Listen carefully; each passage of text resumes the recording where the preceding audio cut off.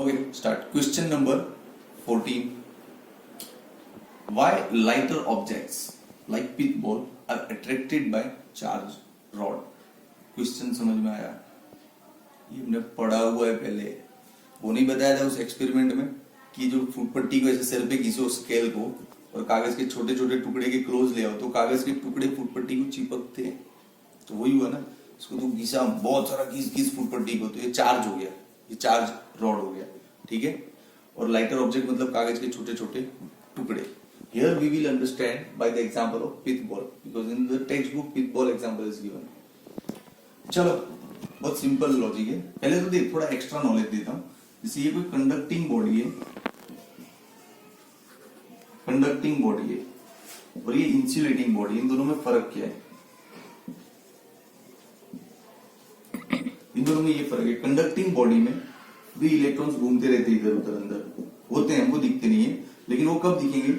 जब कोई charge body उसके पास में ले, ऐसे चार्ज रॉड ये पूरा चार्ज रॉड इसके नजदीक ले आएगा तो सारे फ्री इलेक्ट्रॉन्स इधर जमा हो जाएंगे अट्रैक्शन से, तब हमको दिखेगा हाँ रे इतना सारा फ्री इलेक्ट्रॉन्स था। ये कंडक्टिंग बॉडी है, इसके अंदर ऑलरेडी फ्री इलेक्ट्रॉन्स होता है, वही इलेक्ट्रॉन दौड़ के यहाँ पे आता है, तो सिंपल है। लेकिन इंसुलेटिंग में तो चला फ्री इलेक्ट्रॉन ही नहीं होता है, इंसुलेटिंग बॉडी में फ्री इलेक्ट्रॉन नहीं होता, फिर भी इसके नजदीक भी जो रॉड लाएगा जैसे पॉजिटिवली चार्ज रॉड ले गया तो इसके भी सरफेस पे नेगेटिव, जब ये कहां से है? ये सब छोटी छोटी चीजें फिजिक्स में सोचनी पड़ती है, तब जाके टॉपिक अपना फाउंडेशन स्ट्रांग होता है। कुछ भी रट्टा मार लेते ये वो ऐसे चलता नहीं है, समझना तो पड़ेगा ही, रट्टे से नहीं चलेगा फिजिक्स। फर्क समझ में आया ना कि ये कंडक्टिंग बॉडी है, इसके अंदर तो फ्री इलेक्ट्रॉन्स होते ही है, घूमते रहते इधर उधर, जिसे ही पॉजिटिव दिखा सब दौड़ के अट्रैक्शन से नजदीक आ गए। लेकिन ये इंसुलेटिंग बॉडी है, इसमें तो फ्री इलेक्ट्रॉन था ही नहीं, तो कैसे क्या हो गया? कोई इलेक्ट्रॉन पैदा कहां से हुए? तो इसको समझाता हूं, छोटा सा कॉन्सेप्ट है। एक्चुअली जो इंसुलेटिंग बॉडी होता है, ठीक है, उसके अंदर है ना नॉन पोलर मॉलिक्यूल्स होते हैं। नॉन पोलर मतलब जिसका प्लस और माइनस एक ही जगह पे फोकस्ड हो, इसको बोलते हैं नॉन पोलर। अब ये नॉन पोलर मॉलिक्यूल्स ऐसे बहुत सारे होते हैं अंदर, इसका प्लस और माइनस एक ही जगह पे, देखो ये प्लस और उधर ये माइनस एक ही सेंटर पे होते हैं, ठीक है।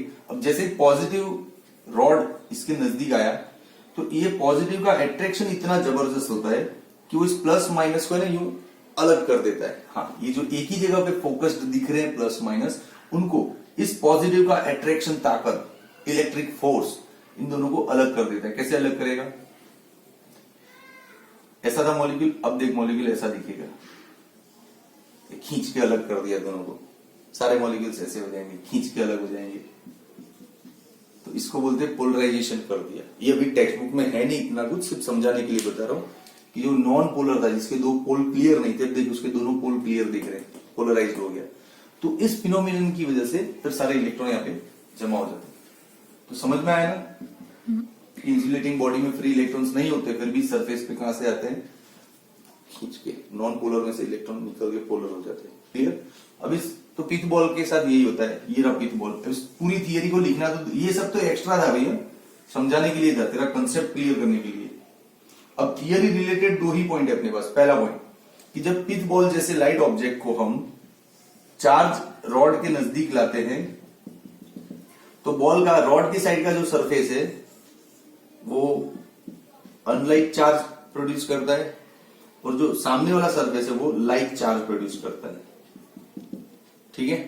ओके, अब इन दोनों के बीच का जो अट्रैक्शन है वो इन दोनों के बीच के रिपल्सन से बहुत ज्यादा होता है, इसलिए इस फिनोमिनन में अट्रैक्शन होता है। Simple, clear? पिथ बॉल था, सिंपली इस पॉजिटिव चार्ज रॉड ने क्या किया, पिथ बॉल के अंदर से सारे इलेक्ट्रॉन को खींच के यहाँ पे जमा कर दिया, तो ऑब्वियसली इधर पॉजिटिव हो गया। तो रॉड के साइड का जो सरफेस है वो इसके साथ एक अनलाइक चार्ज हो गया, अनलाइक मतलब अपोजिट चार्ज, और जो सामने वाला सरफेस है वो इसके साथ लाइक चार्ज हो गया। अब इन दोनों के बीच अट्रैक्शन चल रहा है, इधर रिपल्सन चल रहा है। अब ये डिस्टेंस ज्यादा है ना तो रिपल्सन कम लगेगा, ताकत कम लगेगी, ये बहुत क्लोज है तो फोर्स ज्यादा लगेगा, तो ये अट्रैक्शन फोर्स ज्यादा है, रिपल्सन फोर्स कम है, इसलिए इसका इंपैक्ट होगा, इसलिए अट्रैक्ट होती है body. Clear? Question number 15, what is point charge? अब देख भाई वीडियो ना फिर लंबे लंबे हो जाते हैं, बहुत समझाने बैठता हूँ ना, तो ये क्लासरूम नहीं है, समझिए वीडियो लेक्चर है।